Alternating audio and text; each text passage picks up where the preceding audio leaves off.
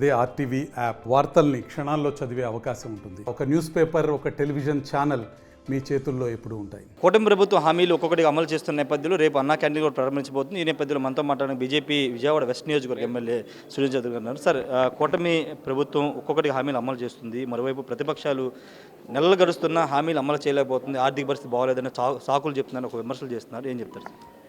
ఆర్థిక పరిస్థితి బాగోకుండా ఉండడానికి కారణం ప్రతిపక్షం అంటే అది ఒకటే ప్రతిపక్షం ఇక్కడ ఉన్నది.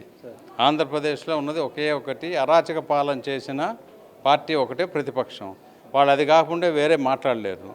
ఒక్కొక్కటి సర్దుకుంటా ఉన్నాం. 12 లక్షల కోట్ల రూపాయలు అప్పు చేసి పారిపోయారు వాళ్ళు. అంటే ప్రజలు తరిమేశారు, పారిపోవటం కూడా కాదు, ప్రజలు తరిమేశారు. కాబట్టి నెలలో ఏం చేయాలి, 2 నెలలు ఏం చేయాలి, 3 నెలలు ఏం చేయాలి అనేది అనుభవం కలిగిన మన ముఖ్యమంత్రి చంద్రబాబు నాయుడు గారికి బాగా తెలుసు. మానవతావాది, జాతీయవాది అయిన ఉప ముఖ్యమంత్రి పవన్ కళ్యాణ్ గారికి తెలుసు. 10 సంవత్సరాల నుంచి నరేంద్ర మోడీ గారు మన భారతదేశాన్ని ఎక్కడి నుంచి తీసుకెళ్లారో ప్రజలందరికీ తెలుసు. బీపీఎల్ నుంచి 35 కోట్ల మంది బయటకు వచ్చారు మంచి పనులు చేయటం వల్లనే. మన భారతదేశంలో యావరేజ్గా సంపద సృష్టించడం ఏంటనేది గత 10 సంవత్సరాల్లో చూపెట్టారు. ఆర్థిక పరిస్థితి చాలా పటిష్టమైంది.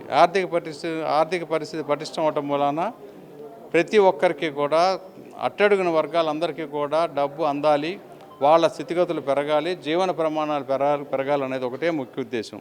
దాంట్లో భాగం కిందే ఈరోజు సహకార సంఘాలను కూడా పటిష్టం చేయాలనేది ఇప్పుడు భారతదేశ ప్రభుత్వం యొక్క ముఖ్య ఆలోచన.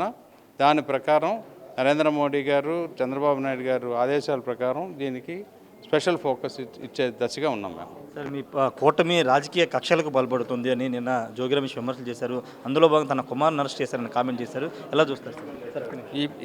ఈ ప్రశ్నకి నేను సమాధానం చెప్పను. ఆయన ఏమన్నా ఫ్రీడమ్ ఫైటరా?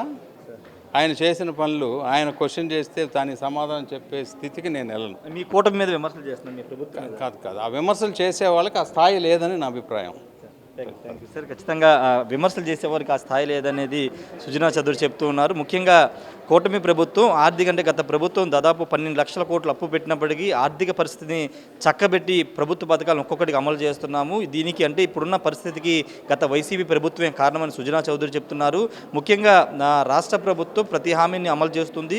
కూటమికి సంబంధించి ఇక్కడ ముఖ్యమంత్రి చంద్రబాబు నాయుడు, డిప్యూటీ సీఎం పవన్ కళ్యాణ్, కేంద్రం నరేంద్ర మోడీ సహకారంతో అన్ని పథకాలు అమలు చేస్తామని చెప్తున్నారు.